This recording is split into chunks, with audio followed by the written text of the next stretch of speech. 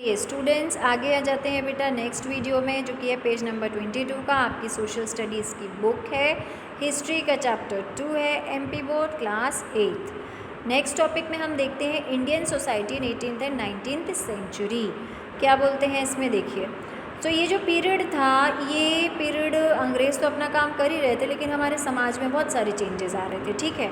कुछ अच्छाइयाँ भी थी, कुछ बुराइयाँ भी थी, इलिटरेसी भी थी, लोग अनपढ़ भी थे, कुछ बुरे कस्टम्स भी थे। एवल मतलब बुरी चीज़ें भी थी, बुरी सभ्यताएं कुछ थी, ठीक है, हमारे देश में। जैसे कि कुछ अच्छे रिफॉर्मर्स जो थे, मतलब कुछ अंग्रेज़ ऐसे थे जो हमारे यहाँ अच्छी चीज़ें लेके आना चाहते थे, और उन्होंने काफ़ी कुछ अच्छी चीज़ें की भी हैं, ठीक है। जैसे कि फ़ीमेल इन्फेंटिसाइड जो है, लॉर्ड वेलेस्ली बेंटिक ने पास किया था लॉर्ड वेलेस्ली ने इसे बंद करवाया था। मतलब बच्चे के जन्म के पहले पता लगाना कि जो होने वाला बेबी है वो गर्ल है या बॉय है, ठीक है। इसे हम फीमेल इन्फेंटिसाइड कहते हैं। इन्फेंटिसाइड मतलब होता है बेटा अजन्मा बच्चा, जो बेबी पैदा भी नहीं हुआ ना, इट्स वेरी स्मॉल। तो जब पता चल जाता था पेरेंट्स को कि ये लड़की है, तो वो क्या करते थे, उसे मार डालते थे। तो ऐसा ना किया जाए, इसके लिए कानून लाया गया। कौन लेके आया? Lord Wellesley. फिर विलियम बेंटिक जो थे, इन्होंने 1829 में सती सिस्टम को एबॉलिश करने की कोशिश की। सती प्रथा होती थी बेटा, आप लोगों को पता है सती प्रथा में क्या होता था? जब किसी लेडी का हस्बैंड जो है, लेडी के हस्बैंड की जो है डेथ हो जाती थी, तो उसे दुल्हन की तरह सजा के उसके हस्बैंड के फ्यूनरल में, जो फ्यूनरल होता है ना, अंतिम संस्कार, उसकी चिता के ऊपर बैठा के उसे भी ज़िंदा जला दिया जाता था। तो ये एक बहुत बुरी कुप्रथा थी, गलत चीज़ थी, जो हमारे कल्चर में थी, हमारे लोग फॉलो कर रहे थे। इसे सती प्रथा कहा जाता था। ऐसा कहा जाता था कि ये जो पर्टिकुलर लेडी है वो सती हो गई, ठीक है। इन्होंने इसे ख़त्म किया। फिर इसके साथ साथ कुछ जो हमारे सोशल रिफॉर्मर्स थे, जो सामाजिक हमारे यहाँ के जो रिफॉर्मर्स थे, राजा राम मोहन रॉय थे, ईश्वर चंद्र विद्यासागर थे, दयानंद सरस्वती थे, रामकृष्ण परमहंस थे।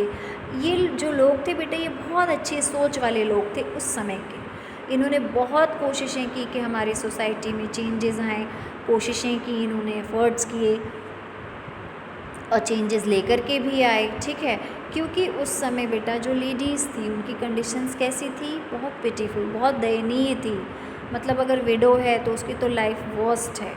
पर्दा सिस्टम बहुत था, छोटे छोटे बच्चियों की शादी करवा दी जाती थी, लड़कियों को पढ़ने नहीं दिया जाता था, इलिटरेसी थी।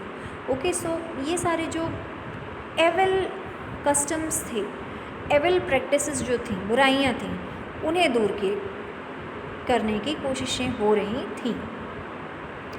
Due to economic problem, certain parents sold their children which resulted in slave system.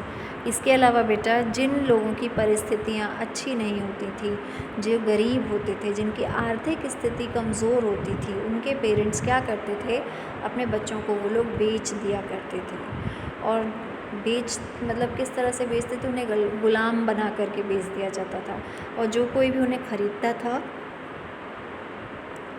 वो उन्हें ज़िंदगी भर अपना नौकर बना के रखता था। गुलाम मतलब सुना है ना आपने, ख़रीद लिया हमने इसे, गुलामी करते थे वो बच्चे, ठीक है। तो इतना ज़्यादा हमारे यहाँ उस समय ख़राब था। तो एक लॉ 1843 में लॉ पास हुआ था बेटा, स्लेव सिस्टम को ख़त्म करने के लिए, ताकि कोई भी किसी को भी अपना गुलाम ना बना सके, ठीक है। आगे हम देखते हैं एजुकेशन सिस्टम इन इंडिया। तो मॉडर्न एजुकेशन सिस्टम के पहले हमारे यहाँ बेटा पाठशालाएँ होती थी, गुरुकुल होते थे, मकताब्स होते थे, है ना।